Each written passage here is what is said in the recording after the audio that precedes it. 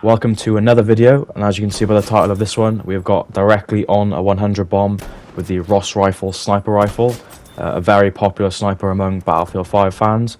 And yeah, it was an absolutely clutch game. It was literally me getting 3 kills within the last 10 seconds of the game and hitting the final kill to hit the 100 bomb as the screen was fading white into the end screen.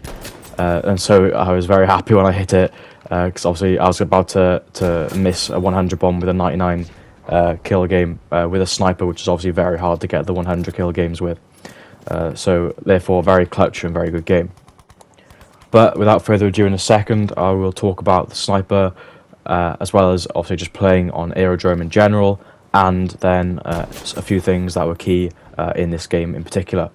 But before that, obviously, if you are a regular viewer of the channel, you do come back and watch quite a few different videos that I make, and you're not subscribed yet, think about subscribing, or at least drop a like for me to help push the video out to more viewers.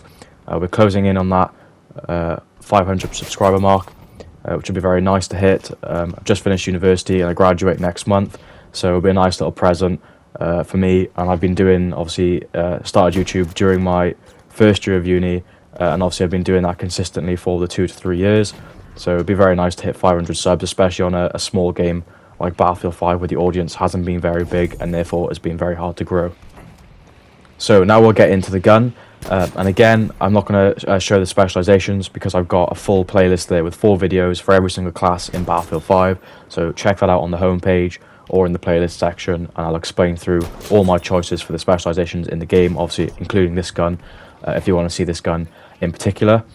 But as for obviously the sight, I'm always going for the highest magnification and zoom sight for any of the snipers pretty much, simply because I like to have the enemies appear much bigger on the screen. Therefore, they've got obviously a much larger head, especially with the bolt action snipers, where you've got to go for those headshots because it takes too long to go for 2 body shots and you're going to die in a gunfight. And so I want that higher zoom to get those easier headshots. So that's why I've gone for this 6x scope, I believe it is, on this Ross rifle. But it is very unique on the Ross rifle in comparison to all the other 6x scopes on any other sniper in the game, because the zoom isn't really as much as it seems on other guns, and in fact it is less. I don't know how to put it. It says a 6x scope, but the zoom is less than a 6x scope that you would get on any of the other snipers in the game. And so this does make it harder to go for long range targets, because the targets appear smaller and therefore harder to see. However, this means that this bolt action sniper is one of the snipers you can be a lot more aggressive with, because the magnification and the zoom on this sight is more so it's more like a 4.5 or a 5x zoom. It's in between the 3 and the 6x for sure, even though I think it says it's a 6x. And so you can be a lot more aggressive with it, getting a really good zoom, better than the 3x scope when you're playing aggressive, but not too zoomed in that you're going to struggle to track targets while at close ranges like this. As you can see, it's just absolutely perfect zoom for those medium and close range encounters if you want to be aggressive.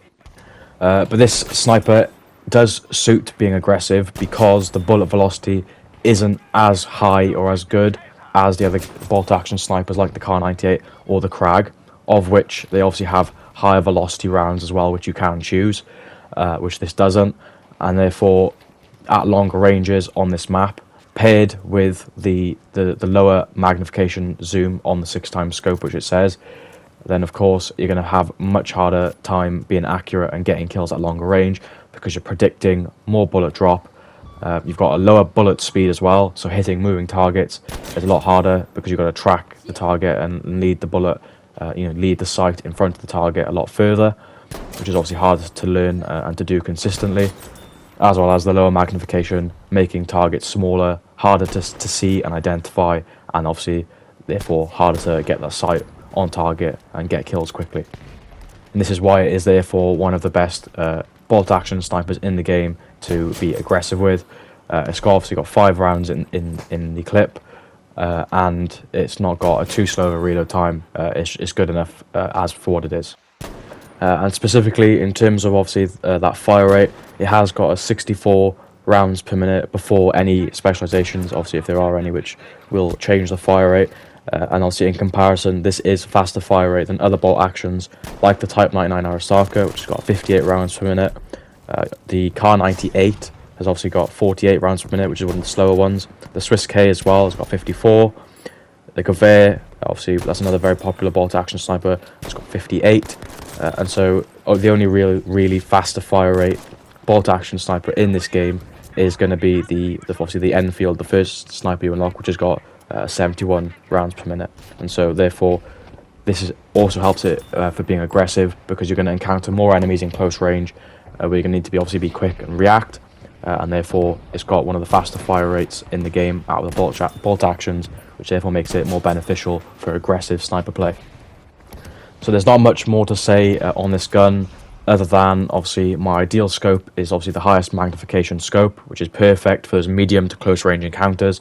It is joint with the Arasaka for the lowest bullet speed in the game out of all the bolt actions, except for the Enfield, which is obviously the slowest. But this therefore means that obviously you want to be using this gun more aggressive and close range, so that obviously you're not having to account for that bullet drag and that slow bullet velocity, and therefore you don't have to lead targets as much. And so yeah, that therefore is the breakdown of this gun. Just make sure you play medium to close range with it and be aggressive. You can play at long range with it, but if you're going to play long range sniping as your main, obviously, tactic, or depending on what map you are playing on, if it suits a more longer range sniper, then of course there are much better options in the game, like the Kar98 or the Krag, which obviously have higher magnification scopes as well, which are obviously better for those long range engagements and seeing and identifying targets.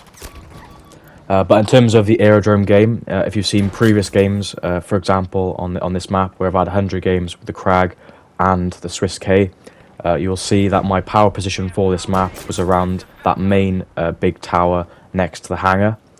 I think it's that big green watchtower.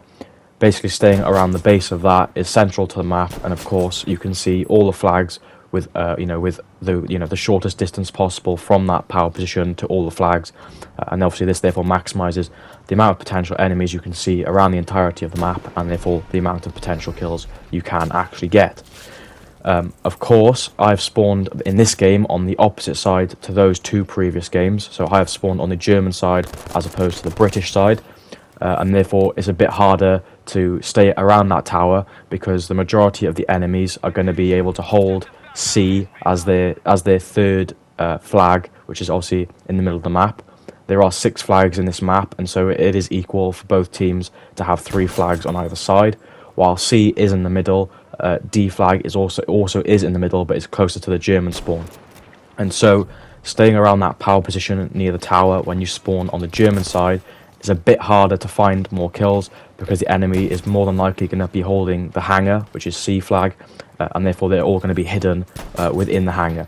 And so this is why this was perfect when playing on the German side, because I was using a sniper which was a bit more aggressive, and meant that I was able to therefore push into and beyond the hangar, and therefore obviously go and hunt down kills, as opposed to staying on that power position for this game.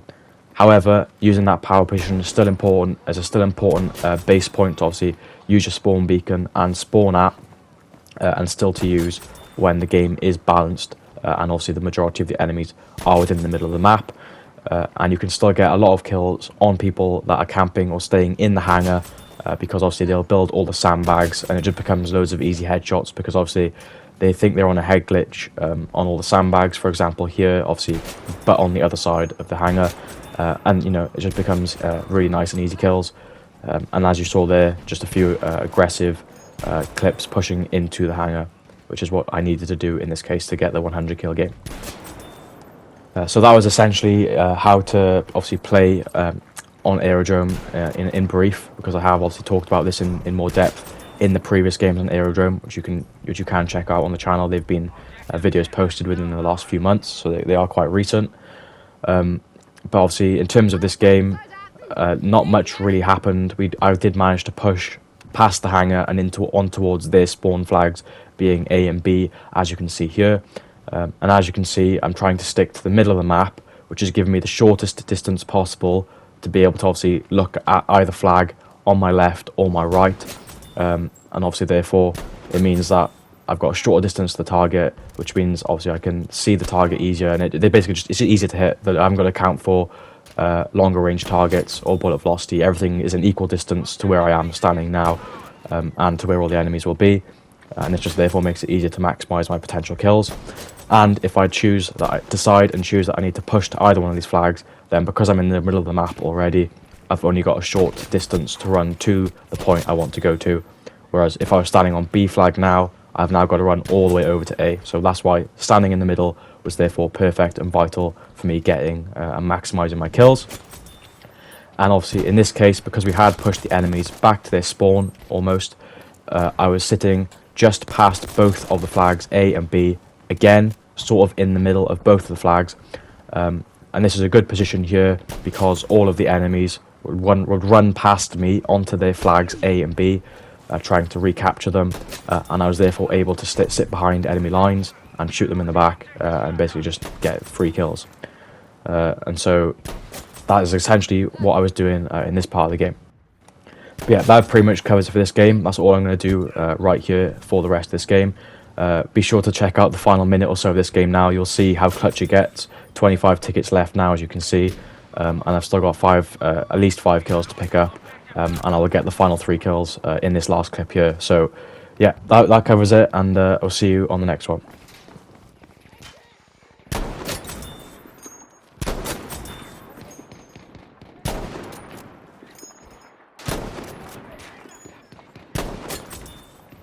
Final second of the game, final bullet, and that's how we get the 100 bomb. Let's go.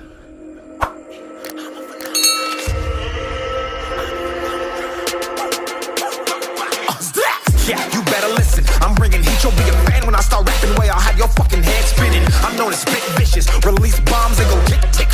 Boom, you blow me that head missing. I'm a phenomenon. Stacking cheese like it's Parmesan. 8 different flows, call me Octomom. I'm moving fast like